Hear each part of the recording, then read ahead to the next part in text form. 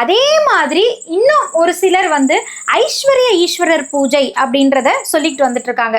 ஐஸ்வர்ய ஈஸ்வரர் பூஜை செய்யணும், ஐஸ்வர்ய ஈஸ்வரர் பூஜை கண்டிப்பா செஞ்சு பாத்தீங்கன்னா நிச்சயமா உங்களுக்கு பலன் கிடைக்கும் அப்படின்லாம் சொல்லி. ஐஸ்வர்ய ஈஸ்வரர் அவர் என்ன பண்ணிருக்காரு அப்படின்னா, குபேரப்பட்டினம் அப்படின்ற ஒரு இடத்தையே உருவாக்கி அனைத்து விதமான செல்வத்தையும் அள்ளி கொடுக்கிறார். நேரம் 6 மணிக்கு எந்த ஒரு சிந்தனையும் இல்லாமல் ஐஸ்வர்ய ஈஸ்வரர் உங்க இல்லத்திற்கு வருவது போல நீங்க எண்ணத்தை உயர்படுத்தி கொண்டு நெருங்கிய நண்பராக்கி கொள்றீங்க. ஒரு நண்பர்கிட்ட தான் நம்மளுடைய குறைகளை எல்லாம் மனசு விட்டு நம்மளால சொல்ல முடியும். உண்மையான நண்பன் கிட்ட நமக்கு உதவிகள் கிடைக்குதோ இல்லையோ, நம்மளை நல்லா உற்சாகப்படுத்துவதற்கான நேர்மறையான வார்த்தைகள் நிச்சயமா கிடைக்கும், நம்ம நம்புறோம் இல்லையா?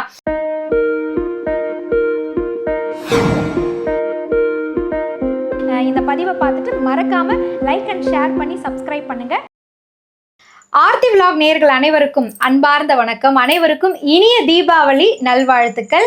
இன்றைய தினம் இந்த வீடியோ பதிவு உங்கள் கண்களில் தென்படுது அப்படின்னா, இன்றைக்கு மாலை கட்டாயமாக நீங்கள் செய்ய வேண்டிய ஒரு பூஜையை பற்றி நான் சொல்ல போகிறேன். அதை நீங்கள் செய்தே ஆக வேண்டும் என்பது ஆண்டவனினுடைய இறைவனினுடைய ஆணையாக இருக்குது. அதனால தான் இந்த வீடியோ பதிவு உங்கள் கண்ணில் பட்டிருக்குன்னு நான் நினைக்கிறேன். நான் நம்பிக்கையோட முழு நம்பிக்கையோடு இங்கே வந்திருக்கேன் அப்படின்னா, இன்றைக்கு உங்கள் வீட்டிலையும் உங்கள் வாழ்க்கையிலையும் இருக்கக்கூடிய வள குறைவை நிறைவு செய்வதற்கான ஒரு வீடியோ பதிவா அது இருக்க போகுது. செல்வ வளம் நிறைந்து நீங்க இருப்பதற்கான ஒரு பூஜையை பத்தி சொல்ல போறேன். எல்லோருமே வந்து லக்ஷ்மி குபேரர் பூஜையை பத்தி உங்களுக்கு சொல்லியிருப்பாங்க. இன்று மாலை அந்த பூஜையை நிச்சயமா செய்யணும் அப்படிங்கிறது உங்களுக்கு தெரியும். அதே மாதிரி இன்னும் ஒரு சிலர் வந்து ஐஸ்வர்ய ஈஸ்வரர் பூஜை அப்படின்றத சொல்லிட்டு வந்துட்டு இருக்காங்க. ஐஸ்வர்ய ஈஸ்வரர் பூஜை செய்யணும், ஐஸ்வர்ய ஈஸ்வரர் பூஜை கண்டிப்பா செஞ்சு பார்த்தீங்கன்னா நிச்சயமா உங்களுக்கு பலன் கிடைக்கும் அப்படின்லாம் சொல்லிட்டு வந்துட்டு இருக்காங்க. ஸோ ஒரே நாள்ல 2 பூஜை செய்யணுமா, ஏன் செய்யணும், இதுல எந்த பூஜை யாரு செய்யணும், எந்த பூஜையை செஞ்சா என்ன மாதிரியான பலன் கிடைக்கும், இந்த குழப்பங்களுக்கெல்லாம் தெளிவு தரக்கூடிய ஒரு வீடியோ பதிவாக தான் இந்த பதிவு இருக்க போகுது. கொஞ்சம் நேரம் ஒதுக்கி இந்த வீடியோ பதிவை முழுசா பார்த்தீங்கன்னா இன்று மாலை நீங்க எந்த பூஜையை செய்ய போறீங்க அப்படின்றதுக்கான ஒரு தெளிவான முடிவு நீங்களே எடுத்துடுவீங்க. ஸோ வீடியோவை நம்ம விளக்கமா பார்த்துடலாம். ஸோ ஐஸ்வர்ய ஈஸ்வரர் பூஜைனா என்ன அப்படின்ற ஒரு விளக்கத்தை இன்னைக்கு நான் கொடுக்க போறேன். ஏற்கனவே இதற்கு முன்பான பதிவுல நான் என்ன கொடுத்திருந்தேன்னா, லக்ஷ்மி குபேரர் பூஜையை இன்று மாலை எப்படி செய்யணும் அப்படின்றத நான் கொடுத்திருந்தேன். இந்த 2 பூஜையுமே செய்வதற்கான உகந்த நாள் வருடத்தில் ஒரு நாள், அது தீபாவளி அன்று மட்டும்தான். அன்று மாலை தான் இந்த ஐஸ்வர்ய ஈஸ்வரர் பூஜையும் செய்யணும், லக்ஷ்மி குபேரர் பூஜையும் செய்யணும். 2 பூஜையுமே வீட்டின் செல்வ வளத்தை பெருக்குவதற்கான பூஜைகளாக தான் கருதப்படுகிறது. எந்த பூஜை எதற்காக உருவாக்கப்பட்டது, யாரை வழிபடக்கூடியது அப்படின்றத தெரிஞ்சுக்கிட்டீங்கன்னா உங்களுக்கு ஒரு தெளிவு கிடைச்சிடும். லக்ஷ்மி குபேரர் என்பவர்கள் நிச்சயமாக நமக்கு செல்வ வளத்தை அள்ளி கொடுக்கக்கூடியவர்கள் தான். கண்டிப்பா அவங்களை வணங்கும் பொழுது நமக்கு வருமானம் பெருகும், நம்மளுடைய வாழ்க்கையில சொத்துக்கள் சேரும், அதுல மாற்று கருத்தே கிடையாது. ஆனால் லக்ஷ்மி குபேரருக்கே செல்வத்தை அள்ளி கொடுத்தவர் தான் ஐஸ்வர்ய ஈஸ்வரர். யார் இந்த ஐஸ்வர்ய ஈஸ்வரர்? நம் எல்லோருக்குமே பரம்பொருளாய் இருக்கக்கூடிய ஆதி ஈசன் தான். அந்த ஆதி ஈஸ்வரர் தான் ஐஸ்வர்ய ஈஸ்வரர். அதாவது ஒரு காலகட்டத்தில் நம்ம குபேரர் அவர்களுக்கே தட்டுப்பாடு ஏற்பட்ட காலகட்டத்தில் அவர் வேண்டும் பொழுது, அவர் மனமுருகி வருந்தி இருக்கும் பொழுது அவருக்கு வரத்தை கொடுத்து அருள் பாலித்தவர் தான் ஈசன், ஐஸ்வர்ய ஈஸ்வரர். அவர் என்ன பண்ணியிருக்காரு அப்படின்னா, குபேரப்பட்டினம் அப்படின்ற ஒரு இடத்தையே உருவாக்கி அனைத்து விதமான செல்வத்தையும் அள்ளி கொடுக்கிறார். யாரு? சிவபெருமான் ஐஸ்வர்ய ஈஸ்வரர் நமக்கு குபேரருக்கு அள்ளி கொடுக்கிறார். ஐஸ்வர்ய ஈஸ்வரராய் மாறி குபேரருக்கு அள்ளி கொடுக்கிறார். அது மட்டும் இல்ல, மகாலட்சுமிக்கு அந்த லக்ஷ்மி கடாட்சம் என்ற பெயரையே உருவாக்கி கொடுத்தவர் தான் சிவபெருமான். எல்லோருமே என்ன நினைக்கிறோம் அப்படின்னா, சிவபெருமானா அவர் வந்து பணத்துக்காக நம்ம அவர்கிட்ட போகக்கூடாதுங்க, பெருமாள் கிட்ட தான் வேண்டணும், பெருமாள் கிட்ட வேண்டும் பொழுதுதான் வந்து பணம் கிடைக்கும், நாராயணன் கிட்ட கேட்கும் பொழுதுதான் நமக்கு வந்து நகை நட்டு பணம் இது எல்லாமே கிடைக்கும் அப்படின்றத நினைக்கிறோம். அதுவும் சரிதான். ஆனா எப்படி வந்து நாராயணன் நமக்கு வந்து நல்ல செல்வத்தை அள்ளி கொடுக்கிறாரோ, அதே மாதிரி சிவபெருமான் ஐஸ்வர்ய ஈஸ்வரராய் மாறி நமக்கு அனைத்து விதமான செல்வங்களையும் வழங்குகின்றார். அந்த பூஜையை செய்வதற்கான நாள் தான் இன்று மாலை. இன்று மாலை நீங்க 2 பூஜையில ஏதேனும் ஒரு பூஜையை நிச்சயமா செய்யலாம். நீங்க தொடர்ந்து லட்சுமி குபேரர் பூஜை தான் நான் செய்யறேங்க, எனக்கு அது ரொம்ப பழக்கமாயிடுச்சு, அது எனக்கு ரொம்ப பிடித்தும் இருக்கு, அதனால நான் அந்த பூஜையே செய்யறேன்னு சொல்றவங்க தாராளமா அந்த பூஜை செய்யலாம். அது எப்படி செய்யணும், அதை எப்படி பூர்த்தி செய்யணும்ன்ற வீடியோ பதிவு நான் ஏற்கனவே கொடுத்துருக்கேன், அந்த லிங்க் நீங்க போய் பார்க்கலாம். இல்ல நான் ஐஸ்வர்ய ஈஸ்வரரை வணங்கணும்னு நான் நினைக்கிறேன், என் வாழ்க்கையில மாற்றத்தை இதன் மூலமாக நான் உண்டாக்க முடியுமான்னு முயற்சி பண்றேன், எனக்கு இந்த பூஜை செய்யணும் அப்படின்னு சொல்லக்கூடியவங்களுக்கு ஐஸ்வர்ய ஈஸ்வரர் பூஜையை எப்படி செய்யணும், எளிமையா செய்யணும் அப்படின்ற வழிமுறையை இப்ப நான் உங்களுக்கு சொல்றேன். இப்போ புதுசாக தான் நான் இதை பண்ண போறேன் அப்படின்றவங்க இப்போ இந்த பதிவை நீங்க பார்த்துட்டு இருக்கீங்கன்னா, இறைவன் ஆணை, நீங்க ஐஸ்வர்ய ஈஸ்வரர் பூஜையை செய்யணும் அப்படின்றது தான். ரொம்ப எளிமையான வழிமுறை தான். தீபாவளி அன்னைக்கு நான் எப்படிங்க காலையில எல்லா வேலைகளும் இருக்கும், தீபாவளி கும்பிடுறதா, பட்டாசு வெடிக்கிறதா, படம் பார்க்கறதா, பிள்ளைகளோட விளையாடுறதா, பண்டங்கள்லாம் சாப்பிட்றதா, என்னதான் பண்றது, மாலையில வேற பூஜை அப்படின்னு சொல்றீங்களேன்னு கவலைப்படாதீங்க. ரொம்ப எளிமையான ஒரு பூஜை தான். கடகடகட நான் சொல்லிடுறேன், நோட் பண்ணி வச்சுக்கோங்க. மாலை வேளையில நிச்சயமா அதை செஞ்சு பாருங்க, உடனடியான மாற்றத்தை உங்கள் வாழ்க்கையில நிச்சயமா ஏற்படுத்தும். இந்த ஐஸ்வர்ய ஈஸ்வரர் பூஜைக்கு முதல்ல நமக்கு என்ன தேவை அப்படின்னா, இறைவனுடைய அந்த ஒரு படம் நமக்கு தேவை. நீங்க கூகுள் பண்ணி பாருங்க, ஐஸ்வர்ய ஈஸ்வரர் அப்படின்னு போட்டிங்கனாலே அந்த படம் வந்துடும். அந்த படம் எப்படி இருக்கும் அப்படின்னா, சிவபெருமான் நம்ம லக்ஷ்மிக்கும் குபேரருக்கும் அள்ளி தருவது போன்று ஒரு படம் இருக்கும். அந்த ஃபோட்டோ கூட இப்போ நமக்கு இந்த வீடியோ பதிவில் நான் உங்களுக்கு காட்டுறேன். நீங்கள் அந்த படத்தை டவுன்லோட் பண்ணி எடுத்து அதை பிரிண்ட் அவுட் எடுத்து லேமினேட் பண்ணுறதுக்கான வசதி இருக்குது, இன்னைக்கு பண்ண முடியும் அப்படின்னு நீங்கள் நினச்சிங்கன்னா உடனடியாக லேமினேட் பண்ணிடுங்க. வீட்டில் இருக்காங்க போய் பண்ணிட்டு வந்துருவாங்க, பக்கத்தில் கடை ஓப்பனில் தான் இருக்குது அப்படின்னா கண்டிப்பாக இந்த ஐஸ்வர்ய ஈஸ்வரனுடைய ஃபோட்டோவை நீங்கள் பிரிண்ட் அவுட் எடுத்து லேமினேட் பண்ணி வீட்டுக்கு எடுத்துகிட்டு வந்துருங்க. அந்த படத்தை வச்சு நம்ம பூஜையை பண்ணிடலாம். இல்லைங்க உங்களுக்கு இதுக்கான வாய்ப்பு இல்லை, என்ன பண்ணலாம் அப்படின்னா, உங்கள் வீட்டில் ஸ்பேர் ஃபோன் இருக்குது அப்படின்னா, இல்லை நீங்கள் பயன்படுத்தாத ஃபோன் இருக்குது, இல்லை மாலை நேரத்தில் உங்களை டிஸ்டர்பே பண்ணாத ஃபோன் இருக்குது அப்படின்னா, அந்த ஃபோனில் ஐஸ்வர்ய ஈஸ்வரனுடைய ஃபோட்டோவை டவுன்லோட் பண்ணி அதையே நீங்கள் அப்படியே பூஜை அறையில் வைத்து நீங்கள் சாமியை கும்பிடலாம். இல்லை என்கிட்ட இருக்கிற ஃபோன்லேயே நான் ஃப்ளைட் மோட் போட்டு கும்பிடலாமன்னா தாராளமாக ஃப்ளைட் மோடை போட்டுட்டு அந்த ஃபோட்டோவை டவுன்லோட் பண்ணி அந்த ஃபோட்டோவை வச்சு நீங்கள் இந்த பூஜையை ஆரம்பிக்கலாம்.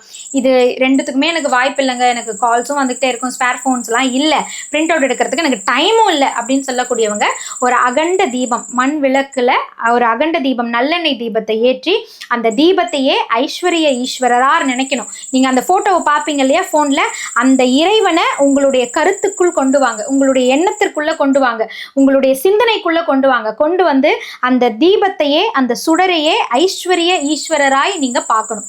அப்படி பார்த்து அந்த இறைவனுக்கான பூஜையை நீங்க செய்ய முடியும். இந்த பூஜைக்குமே 5 rupees காயின்ஸ் தான் நமக்கு தேவைப்படும். ஏற்கனவே நான் எப்படி லட்சுமி குபேரர் பூஜையில சொல்லியிருந்தனோ அதே மாதிரி பித்தளை 5 rupees காயின்ஸ் நமக்கு தேவைப்படுது. ஒரு பித்தளை தாம்பாள தட்டு எடுத்துக்கோங்க, ஒரு பித்தளை கிண்ணம் எடுத்துக்கோங்க, 108 5 rupees காயின்ஸ் பேங்க்லயோ இல்லை உங்களுக்கு தெரிஞ்ச ஃப்ரெண்ட்ஸ்ல இல்லை நீங்க சேமிப்புல வச்சிருந்தீங்கனாலும் அதை எடுத்துக்கோங்க. எடுத்து அதை ஒரு தண்ணீர்ல போட்டு அதை தூய்மைப்படுத்தி எடுத்து ஒரு கிண்ணத்துல போட்டு வச்சுக்கோங்க. அந்த கிண்ணத்துல போட்டு வச்சுட்டு பக்கத்திலேயே மல்லிப்பூ நமக்கு நிறைய தேவைப்படுது. ஐஸ்வர்ய ஈஸ்வரரை நம்ம போற்றி சொல்லி வணங்குவதற்கு மல்லிப்பூ அவசியமா தேவைப்படுது. நிறைய மல்லிப்பூ எடுத்து வச்சுக்கோங்க. ஏலக்காய், நமக்கு இந்த பூஜைக்கு ஏலக்காய் நமக்கு தேவை. வீட்டில் செல்வ வளத்தை நிறைய செய்யக்கூடிய, மனம் மிகுந்த வசீகரிக்கக்கூடிய, செல்வத்தை வசீகரிக்கக்கூடிய ஒரு வஸ்து அப்படின்னு பார்த்தீங்கன்னா ஏலக்காய். அதனால ஏலக்காயும் இந்த பூஜைக்காக நீங்க எடுத்து வச்சுக்கோங்க.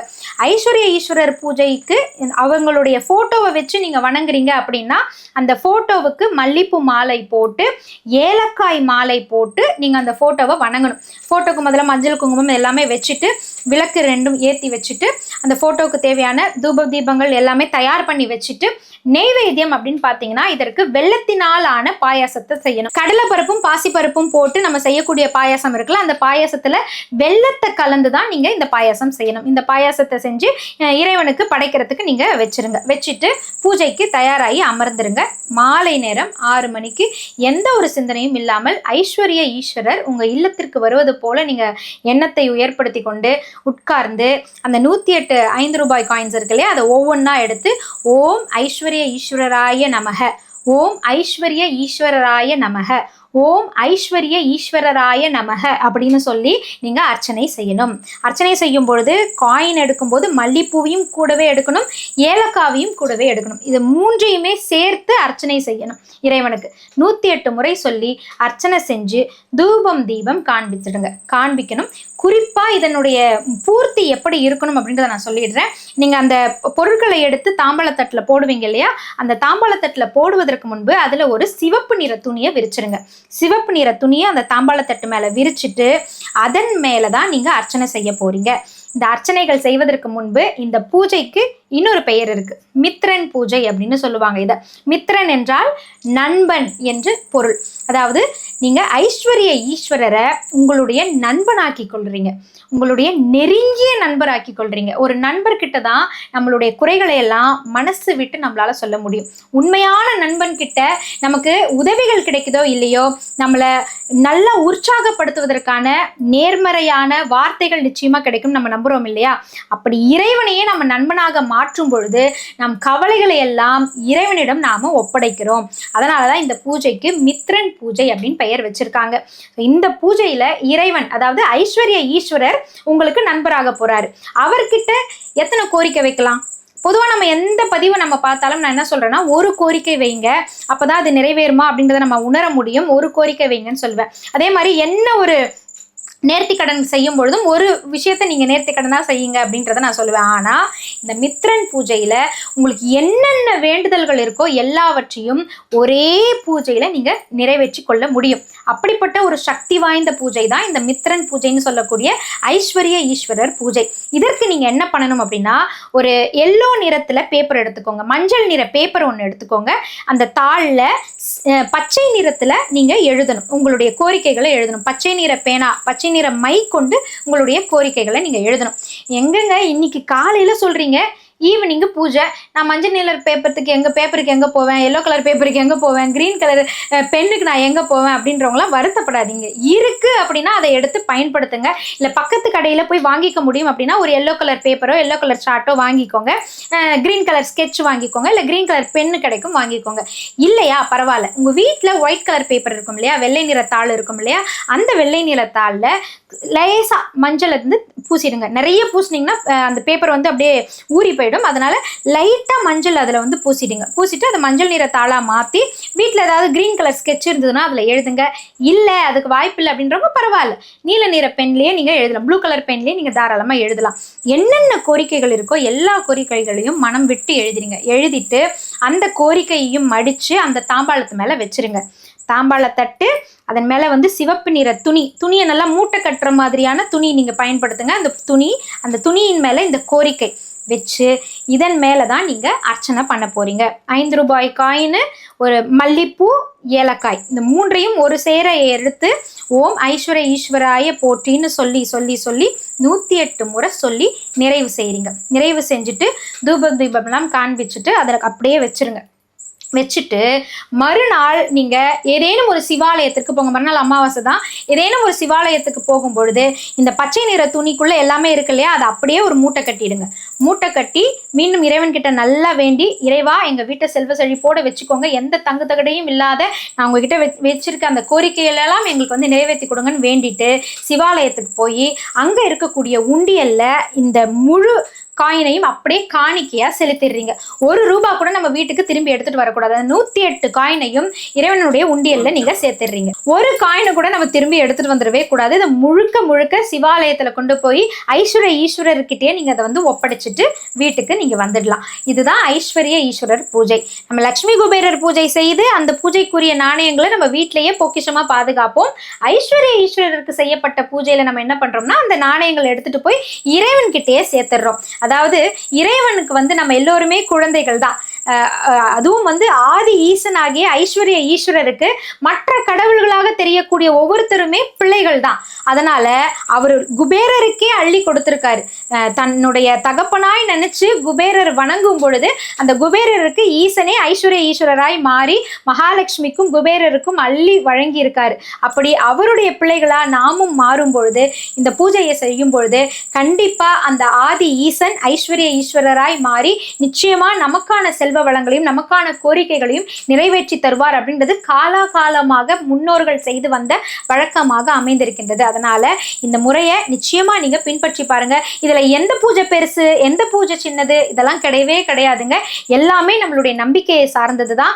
எல்லாமே சமமான பூஜைகள் தான். உங்களுக்கு எந்த தெய்வத்தின் மீது பூஜை செய்யணும் அப்படின்ற ஒரு விருப்பம் இருக்கோ அந்த பூஜையை ரொம்ப எளிமையா அழகா நீங்க செய்யுங்க.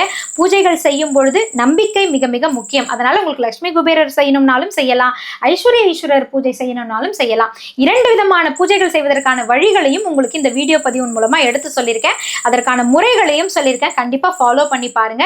இன்னைக்கு இந்த பதிவை நீங்க பாக்குறீங்க அப்படின்னும் பொழுது நிச்சயமா இதை செய்யணும் அப்படின்ற ஒரு உந்துதலை இறைவன் எங்க மூலமா இந்த வீடியோ பதிவின் மூலமா கொடுத்துருக்காங்கன்றதை நான் முழுமையா நம்புறேன். உங்க வாழ்க்கையில உங்க மனசுல இருக்கக்கூடிய கோரிக்கைகள் அனைத்துமே அறத்தோடு சேர்ந்து நிச்சயமாக நிறைவடையட்டும் மனமாற நான் பிரார்த்தனையை மேற்கொள்றேன். மறக்காம இன்னைக்கு மாலை இந்த பூஜையை நிச்சயமா செஞ்சு பாருங்க.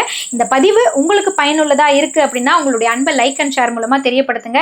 உங்களுடைய உறவுகள், நண்பர்கள் யாரெல்லாம் ரொம்ப கஷ்டப்படுறாங்களோ, யாரெல்லாம் ஐஸ்வர்யம் வேண்டும் அப்படின்ற ஒரு தேடல்ல இருக்காங்களோ அவங்களுக்கு நிச்சயமா இந்த வீடியோ பதிவை எடுத்துட்டு போய் கொடுங்க.